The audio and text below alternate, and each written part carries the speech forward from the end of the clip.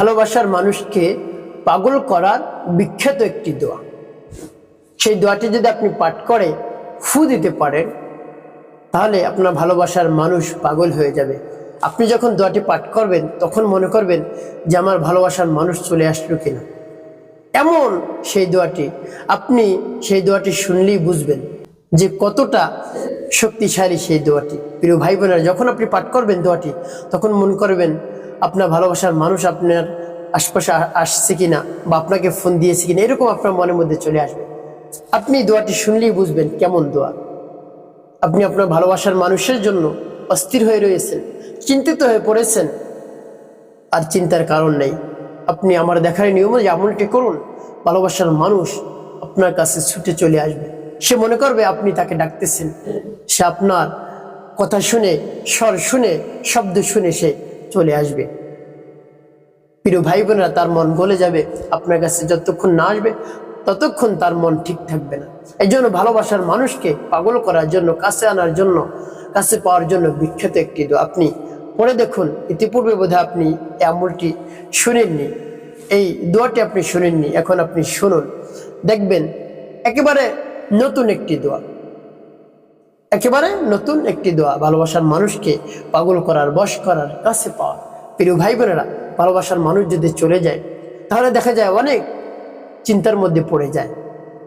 একজন অপরজনকে ভালোবাসে, বা স্বামী স্ত্রীকে ভালোবাসে, স্ত্রী স্বামীকে ছেড়ে চলে গিয়েছে রাগ করে, বা স্বামী স্ত্রীকে ছেড়ে চলে গিয়েছে, এরকম হয়। একজন অপরজনকে ছেড়ে যদি চলে যায়, স্ত্রী যদি বাপের বাড়ি চলে যায়, স্বামী অসহায় হয়ে পড়ে, কি করবে, দুশ্চিন্তার মধ্যে পড়ে যায়। আবার স্বামী যদি চলে যায়, স্ত্রী দুশ্চিন্তার মধ্যে পড়ে যায়, কি হবে, কি করব, আমি কোনো দিক খুঁজে পাচ্ছি না, এরকম মনে হয়। আর আপনার কোনো ধরনের টেনশন নেই, দুশ্চিন্তার কোনো কারণ নেই। আমার দেখার নিয়ম যে আপনি আমলটি করুন। প্রিয় ভাই বোনেরা, যখন এই দোয়াটি আপনি পাঠ করবেন, দোয়াটি পাঠ করার পর যদি ভালোবাসার মানুষ চলে আসে, আপনি তাকে অবহেলা করবেন না। স্বামী স্ত্রী যদি এই আমলটি করে, স্ত্রী স্বামীর জন্য, স্বামী স্ত্রীর জন্য, স্ত্রী বাবার বাড়ি চলে গিয়েছে, আমলটি করার পর চলে আসছে, স্বামীকে কাজ করতে হবে, বেশি ভালোবাসতে হবে, পাগলের মতো ভালোবাসতে হবে। আগে যে পরিমাণ ভালোবাসতেন, কেয়ার করতেন, এর চেয়ে বেশি কেয়ার করবেন। অন্যথায় আপনার সাথে আবার ঝগড়া লাগতে পারে, মনোমালিন্য হতে পারে। এই জন্য বেশি ভালোবাসবেন, তাহলে আপনাকে ছেড়ে যাবে না, সেই ভালোবাসার টানে থাকবে সে।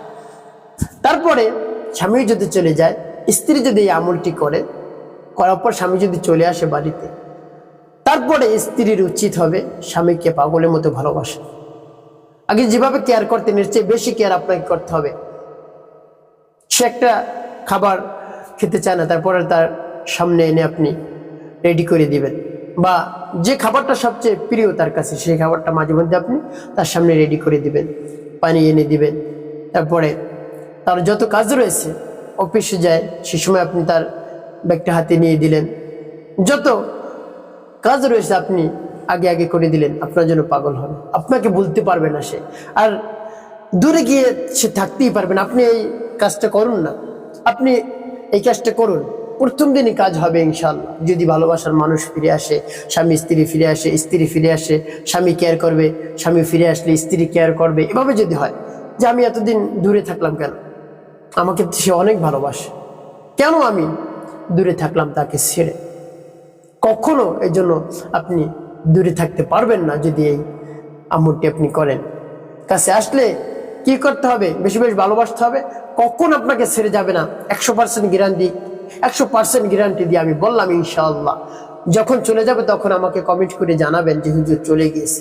আমি যেভাবে বলেছি এভাবে আপনি করবেন। দোয়াটি পাঠ করার পর যখনই চলে আসবে তখনই তাকে আরো বেশি পাগলের মতো ভালোবাসবেন। আর যারা অবিবাহিত রয়েছেন তারা এই আমলটি করবেন ভালোবাসার মানুষকে বিবাহ করার জন্য, যে আমি অমুককে ভালোবাসি, সে যেন আমার কথায় সাড়া দেয়, গ্রহণ করে নেয় আমার প্রস্তাব, এই জন্য আমি এই আমলটি করতেছি, আমি তাকে আপন করে পেতে চাই সারা জীবনের জন্য, তাহলে আমলটি করবেন, অন্যথায় এই আমলটি করবেন না। প্রিয় ভাই বোনেরা, সে আমলটি কেমন করে করবেন আমি বলে দিচ্ছি। প্রিয় ভাই বোনেরা, এভাবে সর্বপ্রথম আপনি পবিত্রতা অর্জন করবেন। পবিত্রতা অর্জন করে পবিত্র স্থানে বসবেন। পবিত্র স্থানে বসে আপনি কি করবেন, স্বামী যদি আমলটি করে স্ত্রীর নাম স্ত্রীর মায়ের নাম সংগ্রহ করবে। তারপরে স্ত্রী যদি আমল করে স্বামীর নাম স্বামীর মায়ের নাম সামনে একটি কাগজে লিখবে, যদি মনে না থাকে। ভালোবাসার মানুষকে যদি কাছে পাওয়ার জন্য আমলটি করে তার নাম তার মায়ের নাম লিখে সামনে রাখবে। তার যদি মনে না থাকে তাহলে লিখে রাখবে যে আমলটি করতেছেন ওই সময় আপনার মনে নাই, কি করবেন? আপনি আমল ছেড়ে আবার চলে যাবেন, তাহলে আবার শুরু থেকে আপনাকে আমল করতে হবে, আপনার ধ্যানটা ভেঙে গেল। তারপর আপনি চোখ বন্ধ করবেন, চোখ বন্ধ করে পবিত্র স্থানে বসবেন অজু করে। তারপরে সর্বপ্রথম কি পাঠ করবেন? আপনার জীবনের সমস্ত গুনার কথা স্মরণ করে ক্ষমা প্রার্থনা করবেন। আস্তাগফিরুল্লাহ রাব্বি মিন কুল্লি যামবি ওয়া আতুবু ইলাইহি লা হাওলা ওয়ালা কুওয়াতা ইল্লা বিল্লাহিল আলিয়্যিল আযীম। এভাবে ইস্তিগফার পাঠ করবেন আপনি 3 বার। তারপরে নবী সাল্লাল্লাহু আলাইহি ওয়াসাল্লাম মুহাব্বত নিয়ে 3 বার দুরূদ শরীফ পাঠ করবেন, সাল্লাল্লাহু আলাইহি ওয়াসাল্লাম সাল্লাল্লাহু আলাইহি ওয়াসাল্লাম সাল্লাল্লাহু আলাইহি ওয়াসাল্লাম। এভাবে যখন ইস্তিগফার দুরূদ শরীফ পাঠ করা হয়ে যাবে তারপর ফু দিবেন। এখন বলতে পারেন যে কোথায় ফু দিব? আমার ভালোবাসার মানুষ তো অনেক দূরে, তাহলে কোথায় ফু দিব? আমি বলে দিচ্ছি, আপনি যে চোখ বন্ধ করবেন, উত্তম রূপে ওযু করে এসে পবিত্র স্থানে বসে চোখ বন্ধ করবেন। চোখ বন্ধ করে তারপরে ভালোবাসার মানুষের কথা স্মরণ করবেন, স্বামী স্ত্রীর কথা স্মরণ করবে, স্ত্রী স্বামীর কথা স্মরণ করবে। তারপর ভালোবাসার মানুষ তার ভালোবাসার মানুষকে স্মরণ করবে। যখন এভাবে স্মরণ করলে দেখবেন চোখের সামনে ভাসে তার কাজগুলো, আপনি স্মরণ করবেন সে কি করত, কোথায় যেত, কিভাবে আপনার সাথে উঠা বসা করতো। আপনি এভাবে একটু খেয়াল করবেন, দেখবেন আপনার চোখের সামনে তার চেহারা চলে আসছে।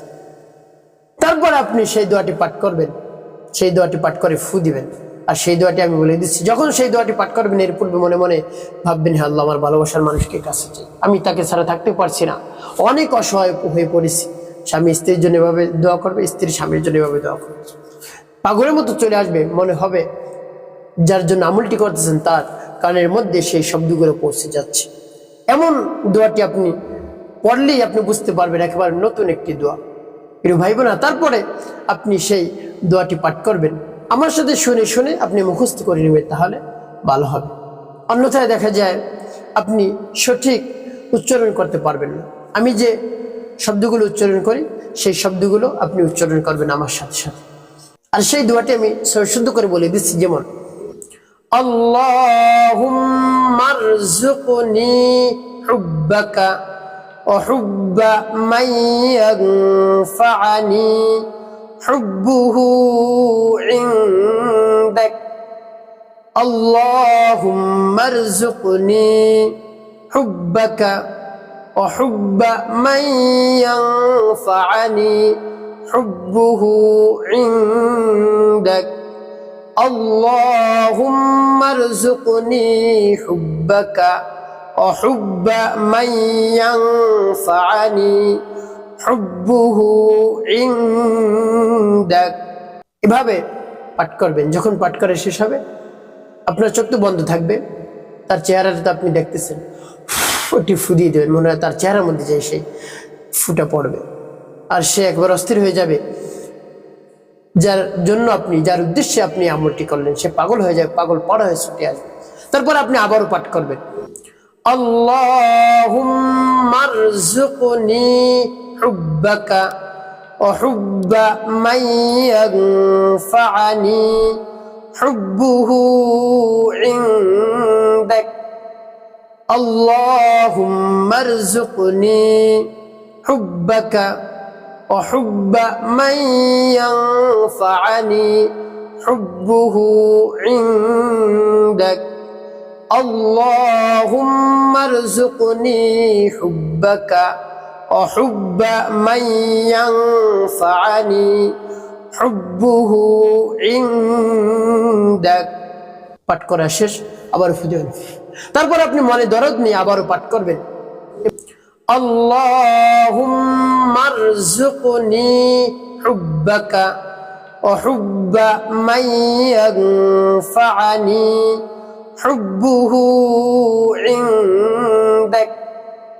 اللهم ارزقني حبك وحب من ينفعني حبه عندك। اللهم ارزقني حبك وحب من ينفعني حبه عندك। এভাবে আপনি 9 বার পাঠ করবেন। 9 বার পাঠ করে 3টি ফু দেবেন। সর্বশেষ নবী সাল্লাল্লাহু আলাইহি ওয়াসাল্লাম মুহাব্বত নিয়ে, ভালোবাসা নিয়ে আপনি 5 বার দুরূদ বিরাম পাঠ করবেন। আল্লাহুম্মা সাল্লি আলা মুহাম্মাদ ওয়া আলা আলি মুহাম্মাদ কামা সাল্লাইতা আলা ইব্রাহিম ওয়া আলা আলি ইব্রাহিম ইন্নাকা হামিদুম মাজিদ। আল্লাহুম্মা বারিক আলা মুহাম্মাদ ওয়া আলা আলি মুহাম্মাদ কামা বারাকতা আলা ইব্রাহিম ওয়া আলা আলি ইব্রাহিম ইন্নাকা হামিদুম মাজিদ। আল্লাহুম্মা সাল্লি আলা মুহাম্মাদ ওয়া আলা আলি মুহাম্মাদ কামা সাল্লাইতা আলা ইব্রাহিম ওয়া আলা আলি ইব্রাহিম ইন্নাকা হামিদুম মাজিদ। আল্লাহুম্মা বারিক আলা মুহাম্মাদ ওয়া আলা আলি মুহাম্মাদ কামা বারাকতা আলা ইব্রাহিম ওয়া আলা আলি ইব্রাহিম ইন্নাকা হামিদুম মাজিদ। আল্লাহুম্মা সাল্লি আলা মুহাম্মাদ ওয়া আলা আলি মুহাম্মাদ কামা সাল্লাইতা আলা ইব্রাহিম ওয়া আলা আলি ইব্রাহিম ইন্নাকা হামিদুম মাজিদ। আল্লাহুম্মা বারিক আলা মুহাম্মাদ ওয়া আলা আলি মুহাম্মাদ কামা বারাকতা আলা ইব্রাহিম ওয়া আলা আলি ইব্রাহিম ইন্নাকা হামিদুম মাজিদ। এভাবে যখন দুরূদ ইব্রাহিম 5 বার পাঠ করা হয়ে যাবে, 2টি ফুটবেন। প্রিয় ভাই বোনেরা, এভাবে পরিপূর্ণ ইয়াকিন এবং বিশ্বাস নিয়ে আমলটি করবেন, উপকৃত হতে পারবেন। এভাবে আমলটি করা হলে শেষে কি করবেন? সাথে সাথে রব্বুল আলামিনের শাহী দরবারে হাত উত্তোলন করে দেবেন, হে আল্লাহ, হে আল্লাহ, সকলকে মাফ করে দেন। মুসলিম, মুসলিমাত, মুমিন, মুমিনাত সকলকে আপনি মাফ করে দেন। জিন্দা মুর্দা সকলকে আমাকে মাফ করে দিন। তারপর রব্বুল আলামিনের প্রশংসা করবেন, হে আল্লাহ, আপনি হলেন আমাদের মালিকের মালিক, আমিরের আমির, বাদশাহের বাদশাহ। আপনি আমাদের হায়াত দান, রিজিক দান, সবকিছুই আমাদেরকে দিয়ে থাকেন। আপনার কুদরতি হাতের মধ্যে আমাদের জান রয়েছে। যে সমস্যার জন্য আমি আমলটি করেছি, সমস্যা দূর করে দিন। আমার ভালোবাসার মানুষকে কাছে এনে দিন। আমি তাকে ছাড়া থাকতে পারছি না, কোনোভাবেই আমার সময় কাটছে না, দিন ফুরাচ্ছে না, সময় যাচ্ছে না, প্রত্যেক সেকেন্ড মনে হচ্ছে ঘন্টার মতো যাচ্ছে। প্রিয় ভাই বোন, এভাবে রব্বুল আলামিনের কাছে বলবেন। অবশ্যই রব্বুল আলামিন আপনার ভালোবাসার মানুষের মন নরম করে দেবেন, গলিয়ে দিবেন, আপনার কাছে চলে আসতে বাধ্য হবে ইনশাআল্লাহ। এভাবে যদি আমলটি করতে পারেন আপনি, অবশ্যই কাজ হবে। প্রিয় ভাই বোনের একটি কথা মনে রাখতে হবে, 5 ওয়াক্ত নামাজ আদায় করবেন, মিথ্যা কথা বলবেন না, মানুষের খেদমতে কাজ করবেন, কল্যাণে কাজ করবেন, মানুষের ক্ষতি কখন আপনি করবেন না। আপনার জীবন হবে সুখময় এবং শান্তিপূর্ণ ইনশাআল্লাহ।